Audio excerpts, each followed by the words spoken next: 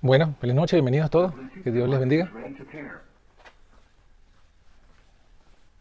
Hoy vamos a estudiar entonces la continuación del tema de anoche y específicamente comprender un poco más acerca del juicio que comenzó en 1844.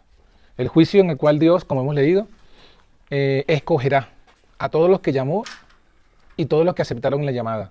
Como leímos anoche, estudiamos anoche, que Jesús dijo que muchos fueron llamados los judíos primeramente, luego fuimos llamados los gentiles. La fiesta de bodas que Dios está haciendo a su Hijo se llenó y entonces dice el Señor que luego entró a ver a los convidados y encontró uno que no estaba vestido de boda y lo echó afuera. Y entonces Jesús estableció ya ese principio, dijo, muchos son llamados, pocos son escogidos. O sea que el juicio es donde el Señor va a escoger los que serán salvos, de todos los que llamó y aceptaron su llamado. Ahora, ¿qué es esto de juicio? Bueno, cuando se hace juicio en este contexto es sinónimo de purificar, porque en el juicio lo que se hace es determinar quiénes son los malos y quiénes son los buenos, evidenciarlo. Se hace un juicio para determinar este es el malo, este es el bueno. Sentenciados. Sí, condenar y justificar. Se sentencia después de lo que se evalúa en sus libros si esta persona realmente es buena o si es mala. Y los que son malos, como ya lo vimos anoche, son echados fuera. Son separados. Los malos son separados de los buenos. Los justos son separados de los que son injustos. Los santos son separados de los inmundos y los limpios separados de los sucios. Por eso decimos que el juicio realmente es una purificación. De las dos cosas. Sí, ¿se separan? De las dos, no hay otro, no hay tibio. No, en el juicio no hay tibio. Más o menos. Ni más o menos, ni yo creo en Dios pero no voy a la iglesia, o yo creo en Dios pero no guardo sus mandamientos. No, ese tipo de personas al final, si no cambian eso, serán condenadas. Entonces, bueno, eso fue lo que vimos anoche, estudiamos anoche. Y por tanto, podemos repasar, entender, por qué cuando leímos en Daniel 7, que se estableció el tribunal, el juicio y se ve en los libros, porque ese mismo evento en Daniel capítulo 8, versículo 14, se le conoce bajo otro nombre. Vamos a leer ese versículo. Daniel 8, 14. Capítulo 8, Daniel capítulo 8, el versículo el 14. 14 dice, y él dijo, hasta 2300 tardes y mañanas, luego el santuario será purificado. Ajá, hasta 2300 tardes y mañana y el santuario será purificado. Ahí está el sinónimo. En Daniel 7 es un juicio, pero el mismo evento en Daniel 8.14 se dice purificación del santuario. Es decir, en el cielo, en el santuario de Dios, se purifica. ¿Cómo se purifica? Todos los que entraron a las bodas y que realmente eran malos porque no se arrepintieron de sus pecados, no se limpiaron de sus pecados, entonces son sacados, sus nombres son borrados de los cielos y en ese sentido es purificado el cielo, el santuario. Por eso es que el juicio es una purificación. Ahora, lo interesante de este versículo de Daniel 8:14 es que nos dice exactamente en qué año ocurriría eso. Hasta 2300 tardes y mañanas.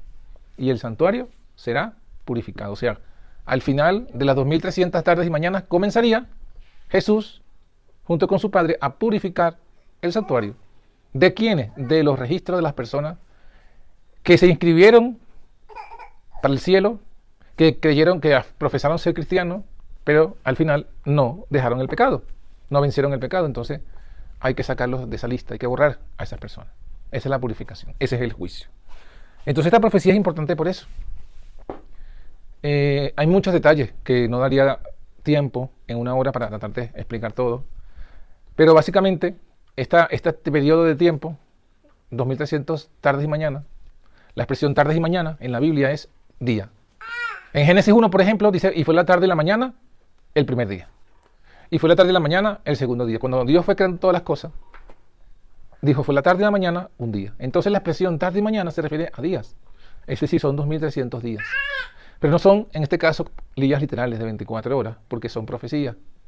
Y se corresponden a años. Es decir, que se le reveló a Daniel que desde su tiempo, específicamente, en el reinado de Medo-Persia, a partir de allí, 2300 años en el futuro, comenzaría esa purificación del santuario.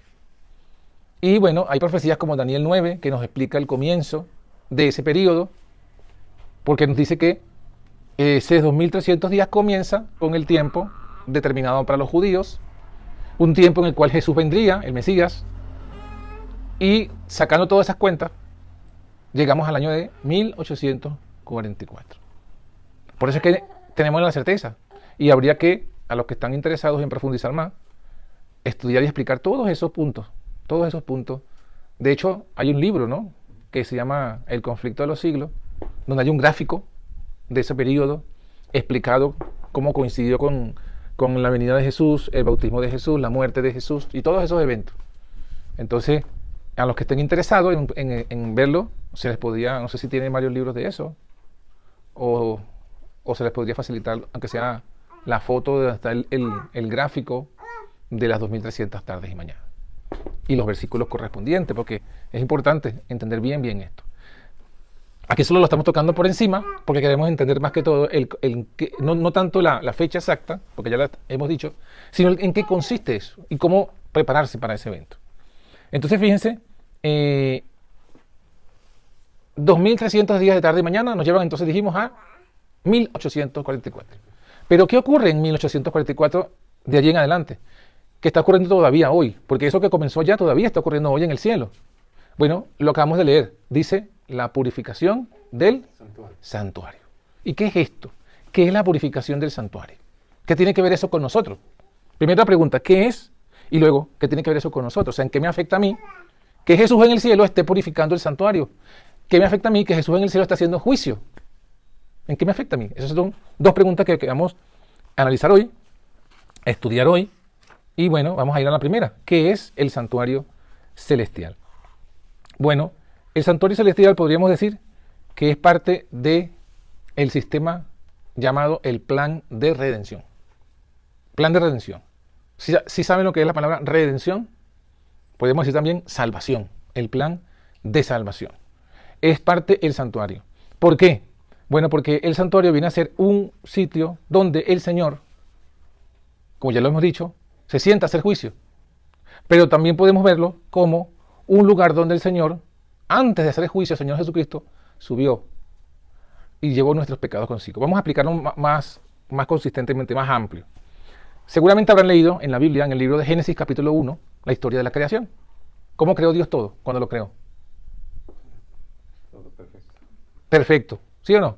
Santo, no había muerte, no había dolor, no había enfermedad. Era todo bueno en gran manera. Pero vino el pecado. De hecho, inclusive antes del pecado, o sea, cuando Dios creó todo, Dios le dijo a Adán, aquí te traje tu compañera, hueso de tu hueso, carne de tu carne. Entonces, luego Dios le dice, fructifiquen y multiplíquense. Dios le dice, de todos los árboles del huerto puedes comer, de este no puedes comer. Adán le dice, ponle nombre a los animales. En todo eso que vemos, que había un libre trato de Dios con el hombre. No había intermediario. No había forma de, no, Dios venía y hablaba, así como estamos hablando nosotros, cara a cara. ¿Pero qué pasó? Bueno, en el capítulo 3 nos dice que esa restricción que Dios le puso, que le dijo, de todos puedes comer, de todos los árboles puedes comer, pero de este no, el árbol de la ciencia del bien y mal no puedes comer, el día que comas morirás. Esa restricción fue violada. La serpiente sedujo a la mujer sedujo al hombre, y ambos comieron de la fruta prohibida. Y la fruta prohibida no es un misterio, no es un símbolo, era una fruta, literalmente. Literalmente era un árbol que contenía una fruta y que Dios le había prohibido. La fruta no era nada venenosa, pero era una prueba de obediencia. Es como que yo le diga, mira, si ustedes toman de esta agua van a morir. El agua no tiene nada malo, pero es la palabra, la prueba, la que caracteriza si van a obedecer o no. Ellos, por insinuación de la serpiente, no obedecieron. Y justamente por eso es que entra el dolor, la enfermedad y la muerte. Y además de eso, Dios se separa del hombre. O sea, ya no hay comunicación directa. Sacó del paraíso. Los sacó, exacto, del paraíso los expulsó. La tierra cambió, los animales cambiaron, las plantas cambiaron. No habían plantas con espinas. No había que sudar para conseguir el pan. No había muerte. Ahora todo eso vino por el pecado. La separación finalmente de Dios, porque al final todo eso, la enfermedad, el dolor y la muerte, es consecuencia de separarnos de Dios. Entonces, ¿qué pasa? Dios, a pesar de que esa era la justicia, en su misericordia, Dios no quería, porque Dios cuando creó al ser humano, lo creó para estar con él en comunión. Dios, amando al ser humano, no quería que se perdiese para siempre. Entonces ideó un plan de salvación. ¿Cómo hacer que se castigara el pecado, pero también se pudiese salvar al hombre? Y es entonces cuando encontramos ese plan de redención. Lo primero que se menciona está allí en el libro de Génesis, capítulo 4. Vamos a leerlo. En Génesis capítulo 4 encontramos que Adán y Eva tuvieron dos hijos, uno llamado Caín y otro que se llamaba Abel. Entonces trajeron una ofrenda a Jehová. ¿Qué ofrenda trajo Abel? Abel, la traidor. ¿Qué dice el versículo? Abel, ¿Génesis qué? ¿4 qué? 4:4. 4:4. Abel trajo también de los primogénitos de sus ovejas, de lo más gordo de ellas. Y miró Jehová con agrado a Abel y su ofrenda, y su ofrenda. Ajá. Nos saltamos el resto de la historia donde Caín trajo otra cosa, donde Caín mató a su hermano por envidia, porque Dios no se agradó de su ofrenda. Nos centramos en la ofrenda de Abel, porque esa era la ofrenda que Dios había establecido. Y allí vemos ese plan de redención o ese plan de salvación. Vemos, digamos, vamos a decir así, la segunda vez que se menciona el plan de salvación. Porque ya también antes se había mencionado, que no lo mencioné, o sea, que no lo dije. Cuando Adán y Eva pecaron y se quedaron desnudos. Antes se cubrían con una luz, un vestido de luz. Cuando pecan se quedan sin ese vestido, quedan desnudos. Se hacen hojas de higuera, delantales con hojas de higuera. Dios va al encuentro, los reprende. Y luego dice que Dios los vistió con pieles. Pieles. Entonces esas pieles de cordero provinieron de dos animales inocentes que tuvieron que dar su vida para cubrir a Adán y Eva. Y aquí vemos lo mismo. En Abel, vemos que Abel trajo lo primogénito de sus ovejas y lo presentó en ofrenda. ¿Y eso qué es? Que lo degolló y lo colocó en un altar de piedra y lo ofreció. Y cuando dice la Biblia que Dios se agradó de Abel, es que Dios manifestó fuego que bajó del cielo, consumió la ofrenda, porque los dos hermanos hicieron un altar. Abel hizo su altar, Caín hizo su altar. Abel colocó su animal sacrificado allí sobre el altar y Caín colocó frutas en su altar. Pero el fuego de Dios vino solo sobre el altar de Abel.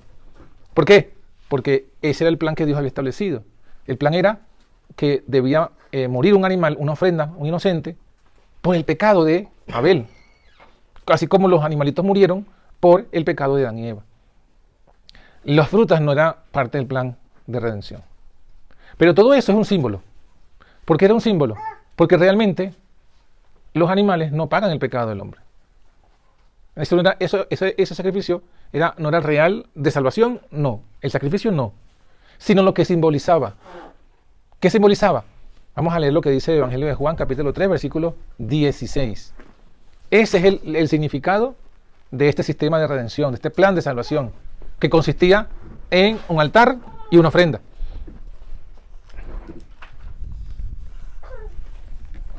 Juan capítulo 3, versículo 16.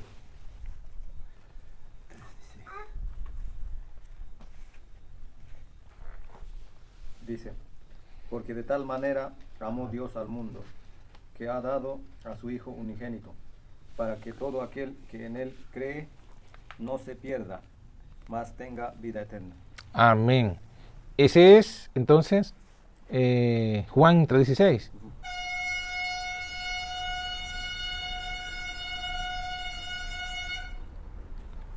De tal manera amó Dios al mundo, que dio a su Hijo. Fíjense que aquí vemos cuál es la ofrenda y quién hace la ofrenda que realmente vale. Porque en el caso de Abel fue el que trajo el primogénito de sus ovejas. Pero era un símbolo. Porque la realidad es que no es el hombre que iba a dar una ofrenda, es Dios mismo que dio a su Hijo. Mire, vamos a leer ahora otro versículo de Juan 1:29, para que se conecte con ese que hemos leído de Juan 3:16. Miren lo que dice, y aquí vemos cómo se junta el símbolo con la realidad.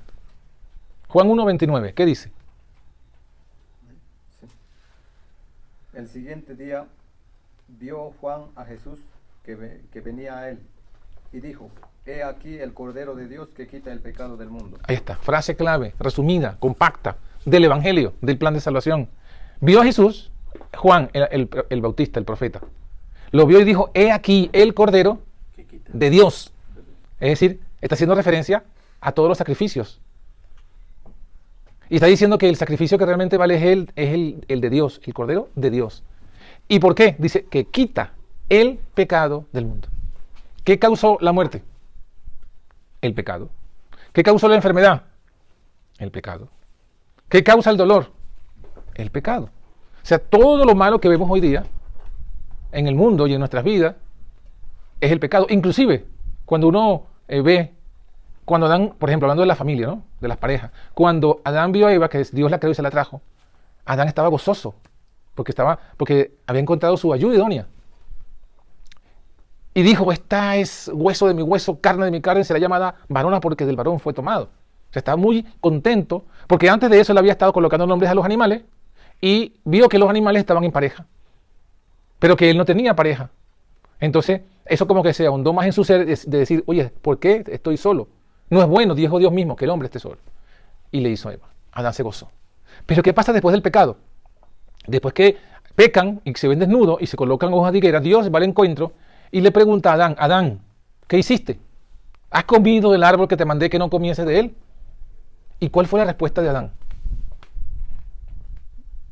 La mujer que me diste por compañera me dio del árbol y yo comí. Busca culpable. Es culpa de ella. Es culpa de ella y culpa de tuya, Dios. Porque dice la palabra textual, la mujer que me diste.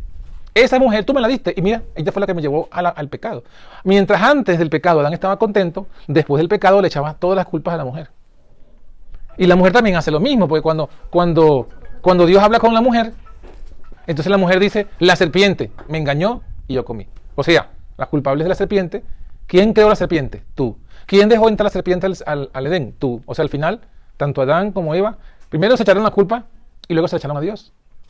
Pero eso es producto del pecado. O sea que cada vez que también hay problemas en el hogar, donde viene el hombre y dice, no, la culpa es tuya, mujer.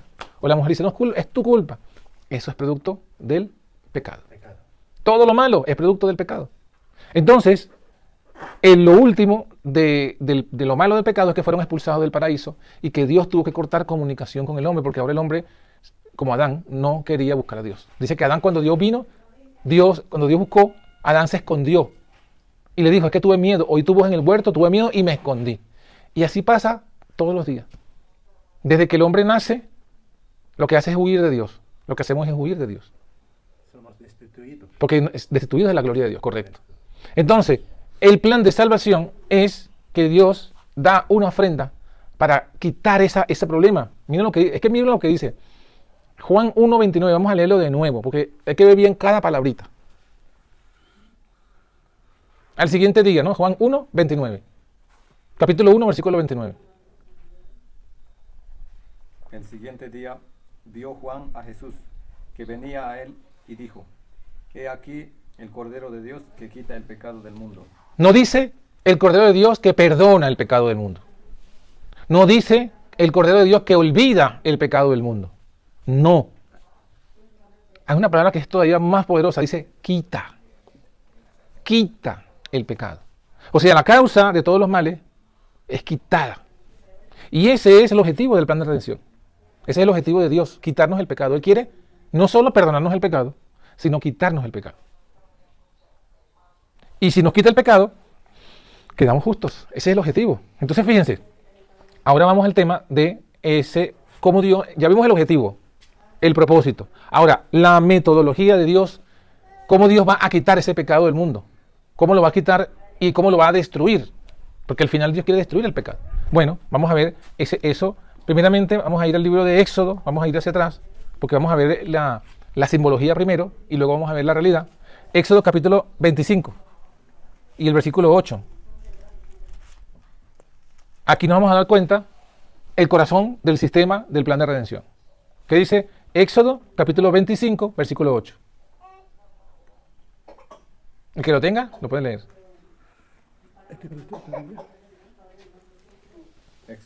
Éxodo capítulo 25, versículo 8.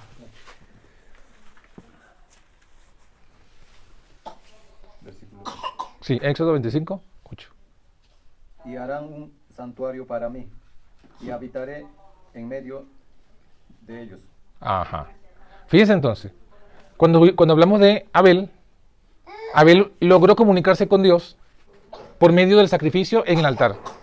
O sea que en el altar Dios se puso en comunión con Abel. Pero pasó el tiempo y cuando Dios levantó al pueblo de Israel, todo un pueblo, este sistema lo perfeccionó, lo hizo más completo. Y aquí vemos el comienzo. Dios le dice a Moisés, háganme un, ¿qué cosa? Santuario. Acuérdense que estamos hablando en el contexto de Daniel 8, 14, la purificación del santuario. Aquí aparece el santuario, ¿a qué se refiere? Santuario terrenal. En este caso se refiere al santuario terrenal. Y Dios le dice a Moisés, háganme un santuario. Hágame un santuario, es un templo. Hágame un templo, hágame un tabernáculo, hágame un edificio. Y allí yo habitaré entre ustedes. Ajá, ahora, versículo 9. ¿Cómo iba a ser ese santuario?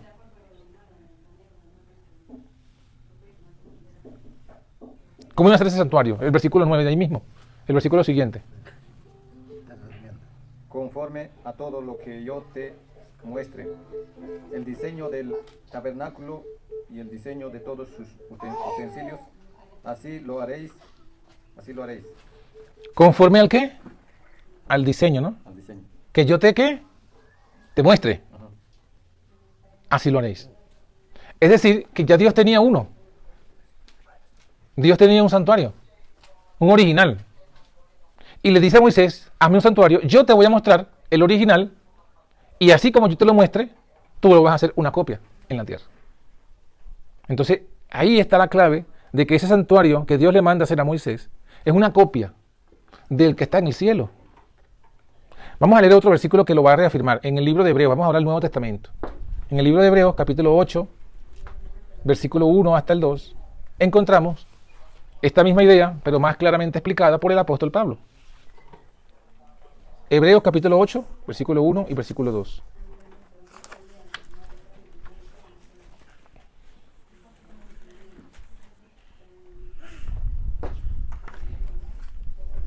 Hebreos 8:1 Y 2. Ahora bien, el punto principal de lo que venimos diciendo es que tenemos tal sumo sacerdote, el cual se sentó a la diestra del trono de la majestad de los cielos, Ajá. ministro del santuario y de aquel verdadero tabernáculo que levantó el Señor y no el hombre. Hebreos capítulo 8, versículo 1 y versículo 2. Muy bien, ahí está claro. ¿Ven lo que dice allí? Dice, el punto central de lo que venimos hablando, dice Pablo, desde que comencé a escribir la epístola, vengo hablando de un punto central. El punto central es este. ¿Cuál? Que Jesucristo se sentó, ¿no?, en los cielos y que Él es ministro del santuario. Y dice, del verdadero tabernáculo que levantó Dios y no los hombres. Es decir, ese mismo que le dijo Dios a Moisés. Dios le dijo a Moisés, hágame un santuario, pero ese santuario va a ser una copia del que está en el cielo. Y Pablo dice que el que está en el cielo es el verdadero, que es el que levantó Dios, el otro levantó Moisés. Pero que Cristo vino a ministrar en el del cielo, no en el de Moisés. ¿Por qué? Porque Jesús vino por lo real. El de Moisés era un símbolo. Ese plan de redención o de salvación se le dio a los judíos, como ya dijimos, en símbolo. ¿Y qué había? Había una ofrenda simbólica, que eran los animalitos, ¿no?, el cordero. Había un sacerdote terrenal, Aarón y sus hijos. Y ese era un sacerdocio terrenal. Había un santuario terrenal, ya lo acabamos de leer, y a su vez había un calendario de ese santuario terrenal. Y en todo eso, ¿qué era? Bueno, todo eso, ese santuario terrenal funcionaba con la ofrenda de los animales, con el sacerdote terrenal, y con un calendario que te decía qué es lo que debías celebrar, en qué momento del año. La Pascua era una fiesta de esas, los ácimos, la fiesta de los ácimos, las primicias, luego habla de el Pentecostés, luego habla de las trompetas, luego habla de la purificación, expiación, y la última de las cabañas. Todas esas fiestas, que era un calendario de los judíos, estaban relacionadas con el santuario terrenal, y todo eso era un símbolo. Eso no era lo real, eso era un símbolo. El animal era un símbolo, el sacerdote un símbolo de Cristo, El animal, un símbolo del Cordero de Dios, que es Cristo. El sacerdote, un símbolo del sacerdote de Dios, que es Cristo. El santuario terrenal, un símbolo del santuario celestial, que es Cristo. Y el calendario que estamos hablando, las fiestas, un símbolo del calendario celestial y de las fiestas del santuario celestial.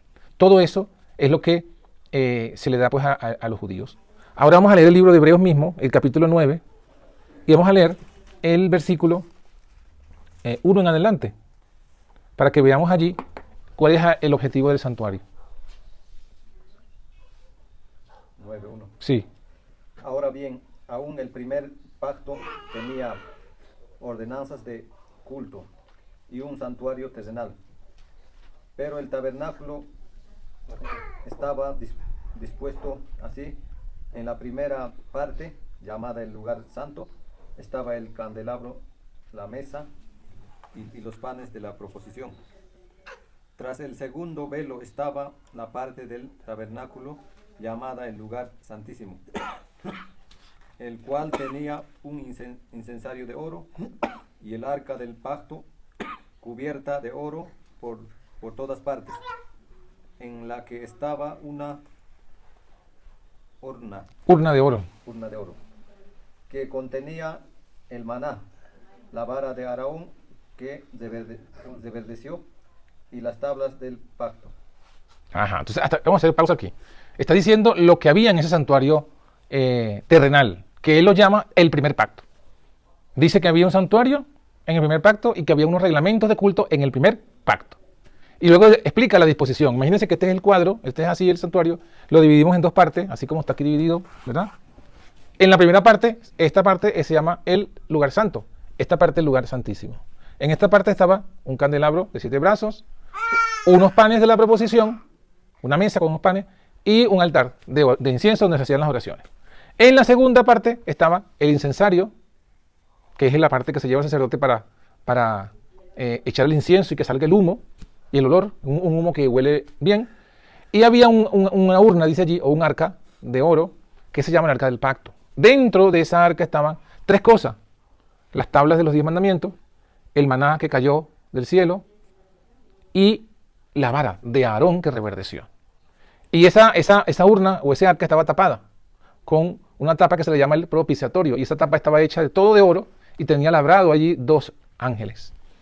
Ese era el santuario terrenal, que es una copia del que está en el cielo, porque en el cielo también está un santuario, también hay un lugar santo, también hay un lugar santísimo, también están el candelabro, los panes, el altar, está el arca también, están los 10 mandamientos en el cielo, los originales, están los querubines, que son los ángeles, está el maná y está la vara de Aarón. Todo eso está en el cielo también, porque de la tierra era una copia.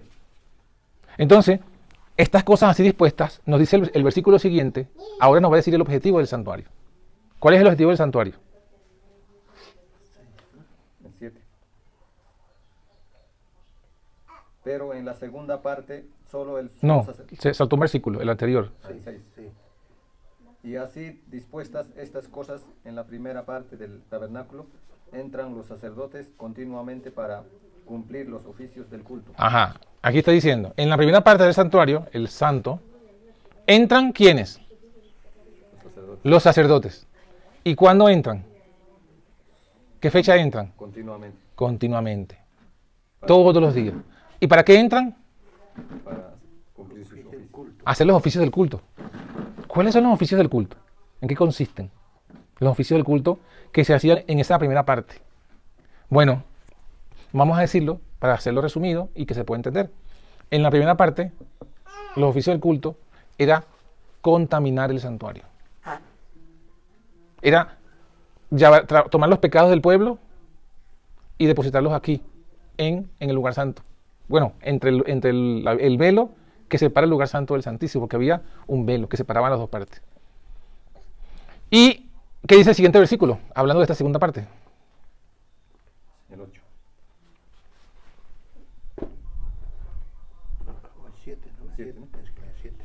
Pero en la segunda parte, solo el sumo sacerdote una vez al año, no sin sangre, la cual ofrece por sí mismo y por los pecados de ignorancia del pueblo. Ahí está. En la segunda parte, en la primera entran los sacerdotes. En la segunda, solo el sumo sacerdote.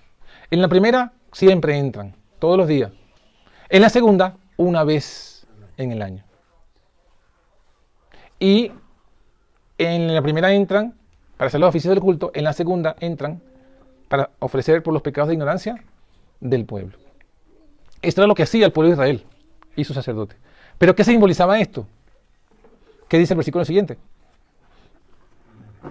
Dando el Espíritu Santo a entender con esto que aún no se había manifestado el camino al lugar santísimo, entre tanto que la primera parte del tabernáculo estuviese en pie.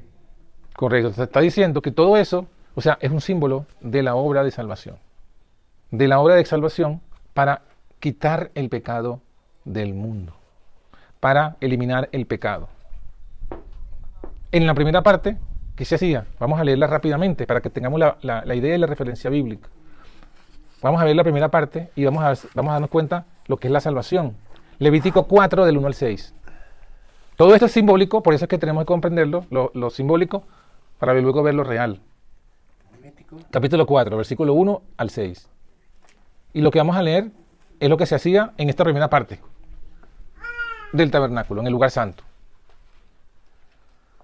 4, ¿no? Capítulo 4, versículo 1 hasta el versículo 6. Habló Jehová a Moisés diciendo: habla a los hijos de Israel y diles: cuando alguna persona perece por Pecare. pecare por hielo en alguno de los mandamientos de Jehová sobre cosas que no se han de hacer, y hiciera alguna de ellas.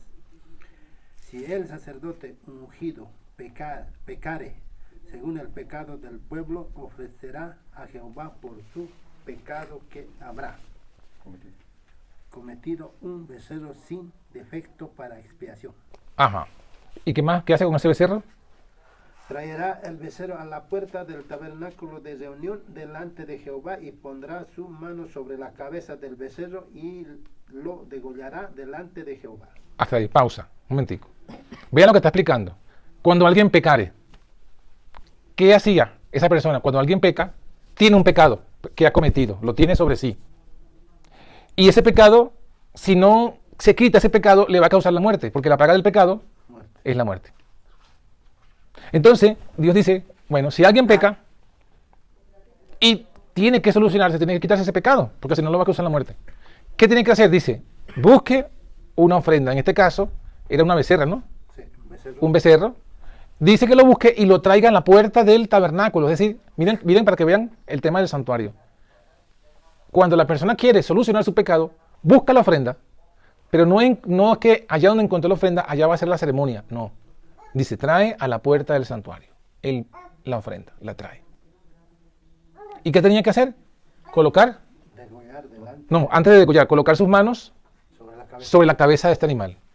¿Qué significa este acto de colocar sus manos? Confesar.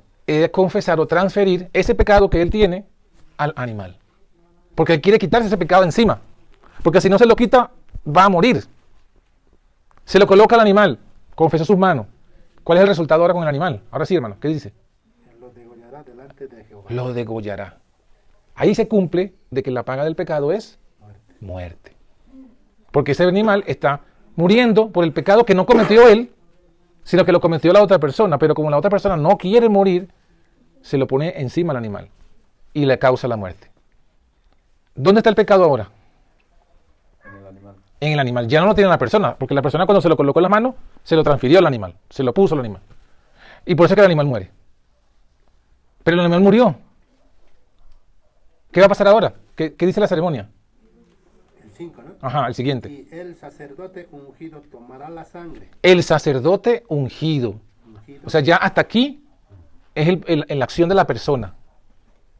Confesar su pecado. De aquí en adelante, la solución del pecado es del sacerdote ungido.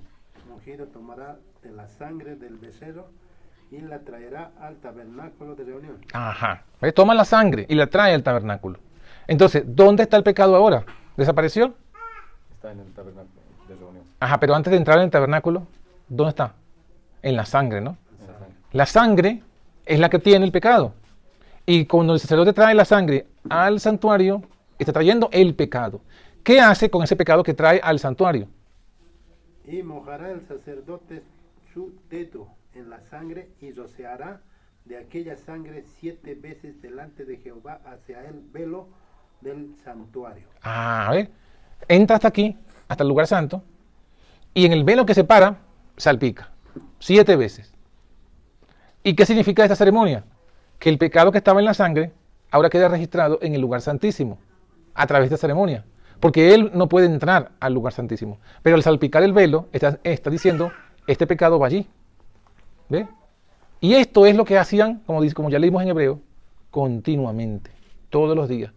Cada vez que alguien pecaba y era consciente de su pecado, traía el animal y hacía toda esa ceremonia. Confesaba sus manos, lo degollaba, se lo entregaba al sacerdote, el sacerdote entraba en la sangre, salpicaba. Todos los días. Y si venía otro que también pecó, venía el sacerdote y hacía lo mismo, todos los días. Y si ya se acabó su turno, entonces el otro sacerdote le tocaba hacer lo mismo, porque esa era la ceremonia de todos los días.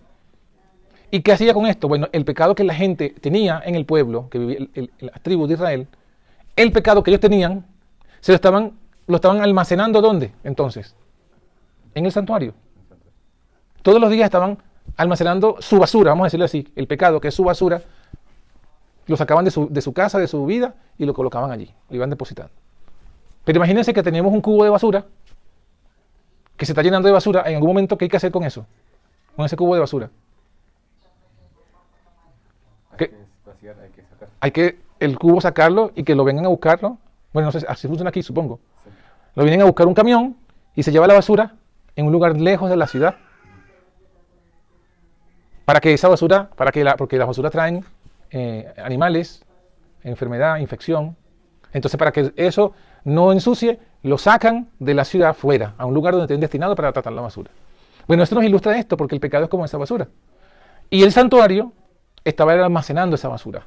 El pueblo quedaba limpio, porque se estaba limpiando. Pero la basura del pueblo estaba depositada en el santuario y estaba allí contaminando el santuario.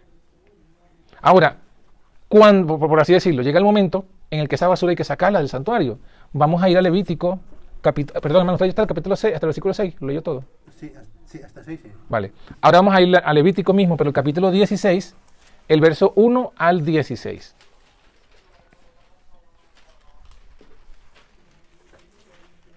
Y aquí vamos a entender, ahora sí, qué es la purificación del santuario.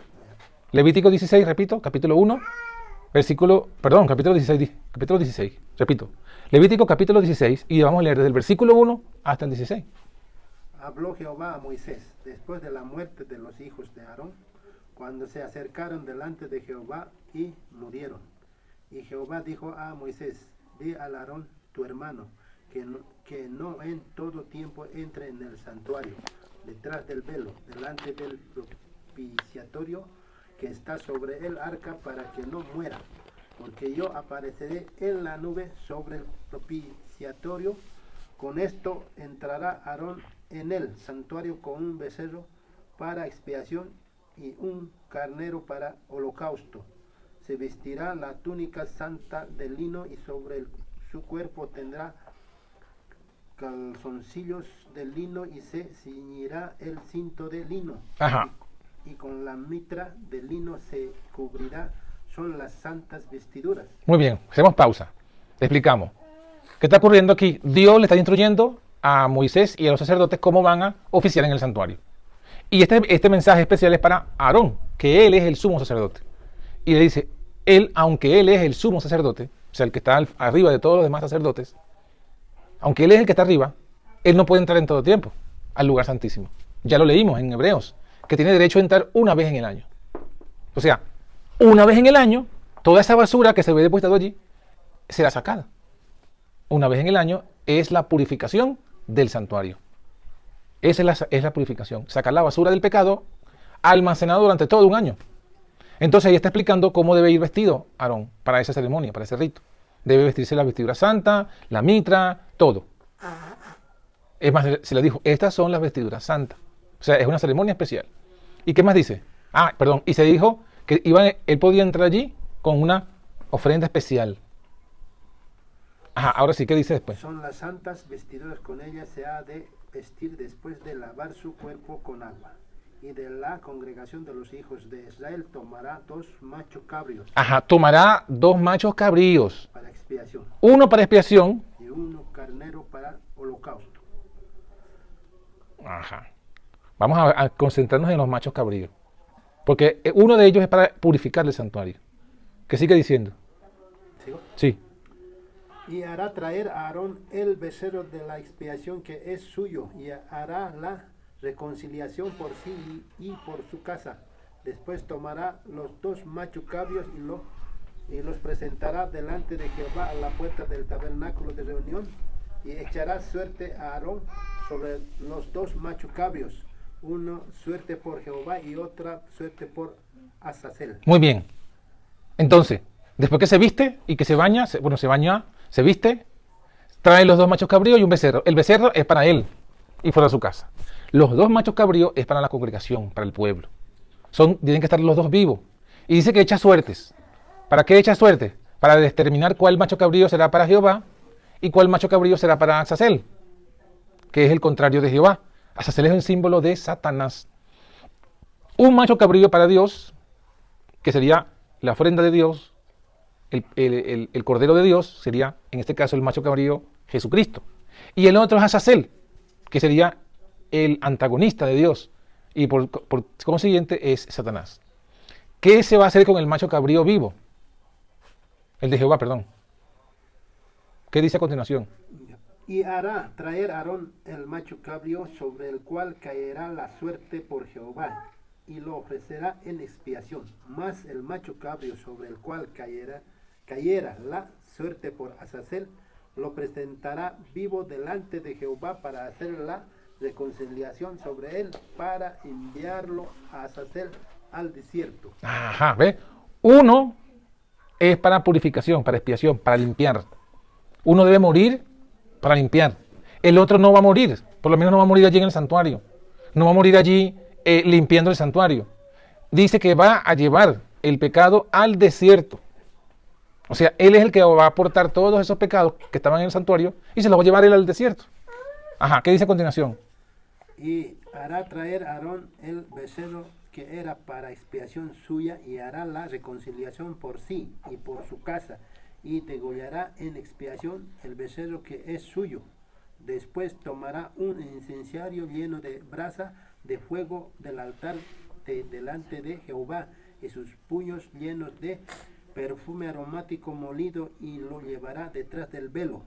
Y pondrá el perfume sobre el fuego delante de Jehová, y la nube de perfume cubrirá el propiciatorio que está sobre el testimonio, para que no muera. Tomará luego de la sangre del becerro y la rociará con su dedo hacia el propiciatorio, al lado oriental hacia el propiciatorio. Esparcerá con su dedo 7 veces de aquella sangre. Después degollará al macho cabrío. Ajá, a partir de aquí es la parte. Expiación por el pecado del pueblo, y llevará la sangre detrás del velo adentro, y hará la sangre como hizo con la sangre del becerro. Un momentico. Esparcerá sobre el propiciatorio delante del propiciatorio. 7 veces, ¿no? 16 falta. Así No, dejemos ahí hasta el 16. Vamos allá hasta el 15. Entonces, ¿qué está diciendo? El macho cabrío, ya vimos lo del becerro, el becerro es para él y su casa. Pero luego dice el macho cabrío es para limpiar el pecado del pueblo. Entonces dice que lo mata, lo degolla, saca su sangre y la lleva y la esparce también 7 veces en el lugar santísimo. Ajá, ¿y eso para qué? Ahora sí, el versículo final, el 16. Así purificará el santuario a causa de las impurezas de los hijos de Israel, y sus rebeliones y de todos sus pecados. De la misma manera hará también al tabernáculo de reunión, el cual reside entre ellos en medio de sus impurezas. Así purificará el santuario, ¿de qué? De los pecados, ¿de quiénes? De los hijos de Israel. De los hijos de Israel, de sus rebeliones. De sus rebeliones y de sus ofensas. Esa es la purificación. Limpiar el santuario del pecado que se estuvo acumulando durante todo un año. ¿Y qué es eso? Un símbolo. Porque eso no era real. Eso era un símbolo. ¿De qué? de la obra de Cristo. Cristo, cuando subió al cielo, subió como sacerdote a llevar todos los pecados de nosotros. ¿De quiénes? De los que confesaron su pecado. Pero a partir de 1844, entró Jesús en el lugar santísimo a purificar el santuario de los pecados del pueblo, de los pecados que se han depositado allí del pueblo. Esa es la purificación, quitar los pecados del santuario celestial. En ese va a entregar al Azazel, ¿no? Ajá, eso es lo que vamos a leer ahora. El versículo 20. ¿20? Sí, al 27. 20. Después que purifica el lugar santísimo, ¿qué hace con esos pecados que ahora ya no están allí, sino que los tiene el sacerdote sobre sí? ¿Qué hace? 20, ¿no? Capítulo 16, versículo 20. Cuando hubiere acabado de expiar el santuario y el tabernáculo de reunión y el altar, hará traer el macho cabrío vivo. Ajá, Y Azazel. pondrá a Aarón sus dos manos sobre la cabeza del macho cabrío vivo y confesará sobre él todas las iniquidades de los hijos de Israel, todas sus rebeliones y todos sus pecados, poniéndolos así sobre la cabeza del macho cabrío, y lo enviará al desierto por mano de un hombre destinado para esto. Y aquel macho cabrío llevará sobre sí todas las iniquidades de ellos a la tierra inhabitada, y dejará ir al macho cabrío por el desierto.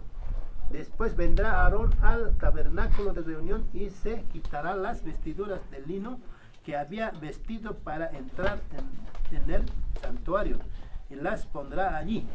Lavará luego su cuerpo con agua en el lugar del santuario, y después de ponerse sus vestidos saldrá y hará su holocausto en el holocausto del pueblo, y hará la expiación por sí y por el pueblo, y quemará en el altar la grosura del sacrificio por el pecado.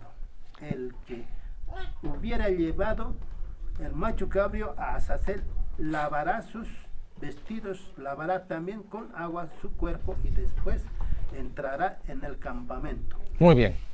La parte importante de esta es que dice que después que limpia el santuario, confiesa esos pecados sobre el macho cabrío vivo, el de Azazel, confiesa los pecados de los hijos de Israel que estaban aquí dentro, los sacan de aquí, se lo colocan al macho cabrío, y alguien se encarga de llevar ese macho cabrío con esos pecados al desierto. Dice, a tierra inhabitada. Entonces, al final, el objetivo final del pecado es sacarlo, lo sacan de la persona y lo almacenan en el santuario. Lo sacan del santuario y lo llevan, o sea, se lo depositan a Azazel, y Azazel se lo lleva al desierto. Así queda el pueblo, purificado el santuario. Es como decir, el que ha hecho pecado, el pecado se lo ha entregado. Se lo devuelven, claro, sí. El que creó, el originador del pecado, se lleva su pecado. Entonces, esto es un símbolo ¿de qué? De Cristo, de la obra de la redención. Cristo, cuando muere en la cruz, es ese cordero degollado. Y por su sacrificio, Él recibe el pecado nuestro y lo lleva al santuario celestial. Desde que subió Jesús al cielo, después que murió y resucitó, se llevó el pecado al santuario. Y cada vez que nosotros nos arrepentimos y confesamos nuestro pecado, entonces lo estamos entregando a Jesús, que se lo lleva al cielo. Y todo ese pecado arrepentido se está acumulando en el santuario celestial. El 22 de octubre de 44, Jesús entró a limpiar el santuario. Al lugar santísimo. A limpiar el lugar santísimo. Y cuando termine, ¿qué hará? Ese pecado que está en el santuario, que han sido limpiados, serán colocados sobre Satanás. Y Satanás quedará con ese pecado en la tierra desierta, porque estará la tierra desierta. Porque Jesús viene en su segunda venida, coloca el pecado sobre Satanás y se lleva a su pueblo. Y la gente, y los que no creyeron en Jesús son muertos por el resplandor de su venida. Y Jesús y el diablo queda, Azazel queda atado por 1000 años en la tierra. Pecado. Con los pecados que hizo cometer al pueblo de Dios. Y al final de los 1000 años dice que Jesús vuelve otra vez y destruye a Satanás, Y el pecado. a sus ángeles, Al pecado. a los pecadores y al pecado. Y así se erradica definitivamente el pecado de toda la tierra y de todo el universo de Dios. Todo eso ilustrado en esto. Por eso es que la Biblia ahora, en sentido profético, nos dice lo que Jesús está haciendo en el cielo. Está limpiando el santuario de todo ese pecado que se ha acumulado allí, pero de la gente que se ha arrepentido. Y eso es, ¿qué es lo que tiene que ver con nosotros eso? Bueno, nosotros tenemos que estar consciente de lo que está ocurriendo en el cielo y vivir conforme a ello. Vivir conforme al hecho de que Jesús está purificando el santuario de todos nuestros pecados. O sea, saber arrepentirnos de todos nuestros pecados, entregárselo a Jesús y vivir conforme a alguien que quiere vivir sin pecado. Purificar, entonces es limpiar. Juzgar, ¿no? Sí, también. Está juzgando, Purificar es limpiar y limpiar es está apartando. apartar lo sucio de lo limpio. Y eso es juzgar. Entonces, eso es lo que está Jesús ahora mismo en el cielo. Y nosotros tenemos entonces que ser conscientes de ello. Y siendo conscientes de lo que está ocurriendo en el cielo, entonces tenemos que saber tres cosas, tres verdades que salen del santuario celestial. Esas las estudiaremos el día de mañana. Hasta aquí vamos a hacer el estudio de hoy. Con todo lo que hemos estudiado, hemos tratado de ponerlo lo más sencillo, más simple, pero tampoco sin dejar nada por fuera, para que estemos al tanto. Estas verdades son importantes y podremos comprenderlas si las estudiamos. Ahora la parte que corresponde es de ustedes, porque esto es como si fuese, imagínense que estamos en una escuela, pero una escuela para la vida eterna. Pero así como vamos a la escuela, que el profesor o el maestro nos da unas clases y luego tenemos que ir a nuestra casa a repasar, estudiar, hacer las tareas, lo mismo le corresponde ahora a ustedes. ¿Cuál es la tarea? La tarea es que ustedes ahora estas cosas las repasen en su casa, con su Biblia. Ustedes mismos la lean con calma, hasta que las entiendan bien. ¿Por qué? Porque esto es lo que Dios quiere que comprendamos, este mensaje, para poder comprender y entender lo que está Jesús haciendo por nosotros en el cielo. Si no fuese importante, Dios no lo hubiese revelado, no nos hubiese dicho escudriñen las Escrituras. Pero Jesús nos dijo escudriñen las Escrituras porque allí está la sabiduría para la salvación. Entonces, la parte de ahora que corresponde a ustedes es estudiar esto de nuevo por ustedes mismos, para que ustedes ahora adquieran bien esa sabiduría para ser salvos. Entonces, bueno, que el Señor nos bendiga, que pasemos una feliz noche. Vamos a terminar con una oración y quedamos entonces para el día de mañana, Dios mediante.